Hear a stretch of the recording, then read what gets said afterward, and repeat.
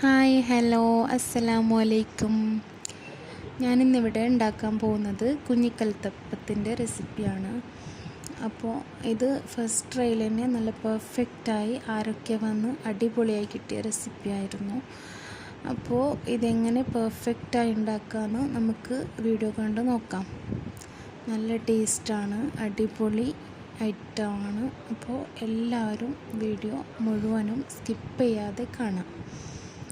ആദ്യം തന്നെ എൻ്റെ വീഡിയോക്ക് ലൈക്ക് ചെയ്യുക, പിന്നെ സബ്സ്ക്രൈബ് ചെയ്യുക, പിന്നെ ഓൾ എന്ന ഓപ്ഷൻ ക്ലിക്ക് ചെയ്യുക. അപ്പോൾ വീഡിയോയിലോട്ട് പോവാം. ആദ്യം നമുക്ക് ഇതിൻ്റെ അരി ഒന്ന് റെഡിയാക്കിയെടുക്കാം. അതിനായി ഞാനിവിടെ ജീരകശാല റൈസാണ് എടുത്തത്. 2 കപ്പ് റൈസ് എടുത്തിട്ടുണ്ട്. 4 മണിക്കൂർ കുതിർത്ത് നന്നായിട്ട് കഴുകി വെച്ചതാണ് കേട്ടോ. ഇതിലോട്ട് 1 കപ്പ് ചോറിട്ട് കൊടുക്കാം. നല്ല ചൂട് ചോറാണേ. 2 കപ്പ് അരിയിലോട്ട് 1 കപ്പ് ചോറും 1 കപ്പ് പഞ്ചസാരയും ഇട്ട് കൊടുക്കാം. ജീരകശാല അരിയിലോട്ട് 1 കപ്പ് ചോറും 1 കപ്പ് പഞ്ചസാരയും. ഇവിടെ ഞാൻ 5 ഏലക്ക എടുത്തിട്ടുണ്ട്. അതിൻ്റെ കുരുവെടുത്ത് അതുകൂടി ഇട്ട് കൊടുക്കാം. എന്നിട്ട് 1 സ്പൂണ് വെച്ചിട്ട് നന്നായിട്ട് മിക്സ് ചെയ്ത് കൊടുക്കാം.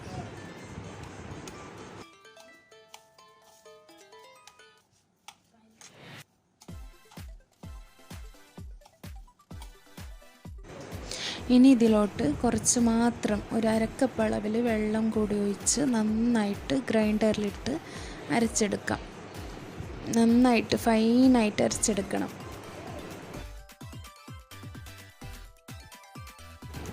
നമ്മുടെ മാവ് ഇവിടെ അരച്ചെടുത്തിട്ടുണ്ട്. ഇനി ഇതൊരു അരിപ്പ കൊണ്ട് അരിച്ചെടുക്കണം.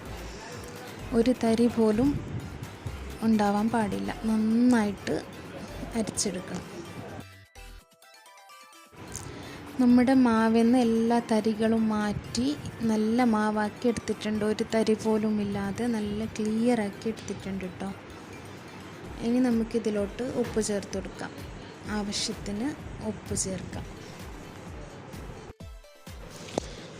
ഈ മാവ് നന്നായിട്ട് മിക്സ് ചെയ്തിട്ട് നമുക്ക് മൂടി വെച്ച് ഒരു 10 മിനിറ്റ് വെക്കാം റെസ്റ്റ് ചെയ്യാൻ. ഇനി നമുക്ക് നമ്മുടെ അപ്പം ചുട്ടെടുക്കണം. അതിനായി ഒരു പാനിലോട്ട് 2-3 ടേബിൾ സ്പൂണ് എണ്ണ ഒഴിച്ച് ചൂടാക്കി അതിലോട്ട് 1 തവി മാവ് കോരി ഒഴിക്കാം. ഇനി ഒരു 30 സെക്കൻഡ് ആകുമ്പോഴത്തേക്കും ഇതുപോലെ നടുവിലൊരു കുഴി വരും. അപ്പോൾ അപ്പം ഇങ്ങനെ പതിയെ സൈഡിലോട്ടാക്കിയിട്ട് ഇതുപോലെ എണ്ണ കോരി കോരി ഒഴിക്കണം. ഇതാണ് ഈ അപ്പത്തിൻ്റെ മെയിൻ ഭാഗം. ഈ എണ്ണ കോരി ഒഴിക്കുന്നതിൽ എന്തെങ്കിലും കുറവ് വന്നാൽ അപ്പം ശരിയാവില്ല. എണ്ണ കോരി കോരി കോരി ഇതുപോലെ ഒഴിച്ചു കൊടുക്കണം. എന്നാലേ അപ്പം ശരിയാവും. ഇതൊക്കെ ഹൈ ഫ്ലെയിമിൽ വെച്ചിട്ട് വേണം ചെയ്യാൻ.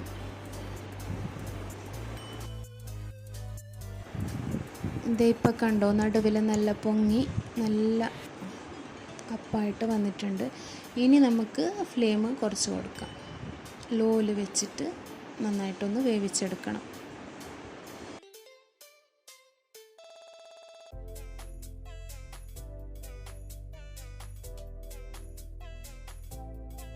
നമ്മുടെ ആദ്യത്തെ അപ്പം ഇവിടെ റെഡി ആയിട്ടുണ്ട്. ഇനി ഇത് എണ്ണയിൽ നിന്ന് കോരി മാറ്റാം. ഇനി ബാക്കിയുള്ള മാവ് കൂടി ഇതുപോലെ ഒഴിച്ച് കൊടുക്കണം. ഇതുപോലെ നടുക്ക് എണ്ണ കോരി ഒഴിച്ചിട്ട് നല്ല അപ്പാക്കിയിട്ട് എടുക്കണം.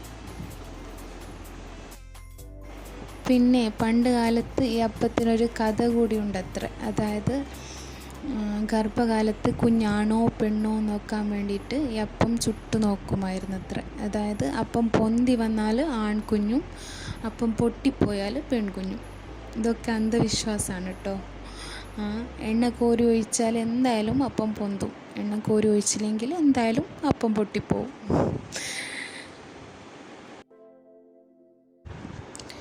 ഞാൻ ചുട്ടപ്പോഴും അപ്പം പൊട്ടിയിട്ടോ.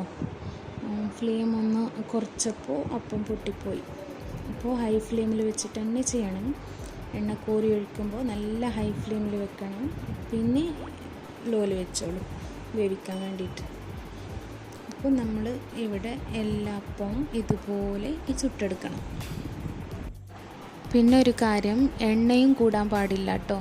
കുറച്ച് എണ്ണയിൽ വേണം ഇതുപോലെ ചുട്ടെടുക്കാൻ. പൊരിച്ചെടുക്കാൻ പാടില്ല, എണ്ണയിൽ മുങ്ങാൻ പാടില്ല. ഇതുപോലെ കുറച്ച് എണ്ണയിൽ ഇതുപോലെ തന്നെ ചുട്ടെടുക്കണം. എന്നാലേ ശരിയാവും.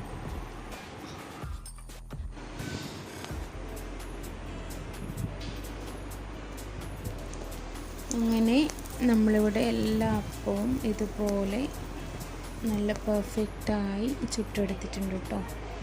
നമ്മുടെ എല്ലാ അപ്പവും ഇവിടെ റെഡി ആയിട്ടുണ്ട്. നല്ല ആര് വന്നിട്ട് നല്ല അപ്പമായിട്ട് കിട്ടിയിട്ടുണ്ട്.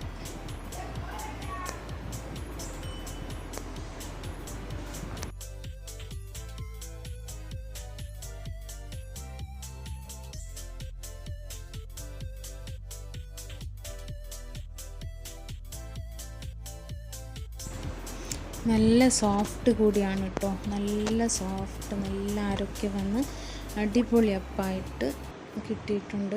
നമുക്കിതിനെ കഴിച്ച് നോക്കാം. നല്ല ടേസ്റ്റ് ഉണ്ട് കേട്ടോ. നല്ല അടിപൊളിയാണ്. എല്ലാവരും ട്രൈ ചെയ്ത് നോക്കുക. നല്ല ആരൊക്കെ വന്നത് നോക്കി. നല്ല അപ്പമായിട്ട് റെഡി ആയിട്ടുണ്ട്. എല്ലാവരും ട്രൈ ചെയ്യാം. Thanks for watching. Like and comment, subscribe.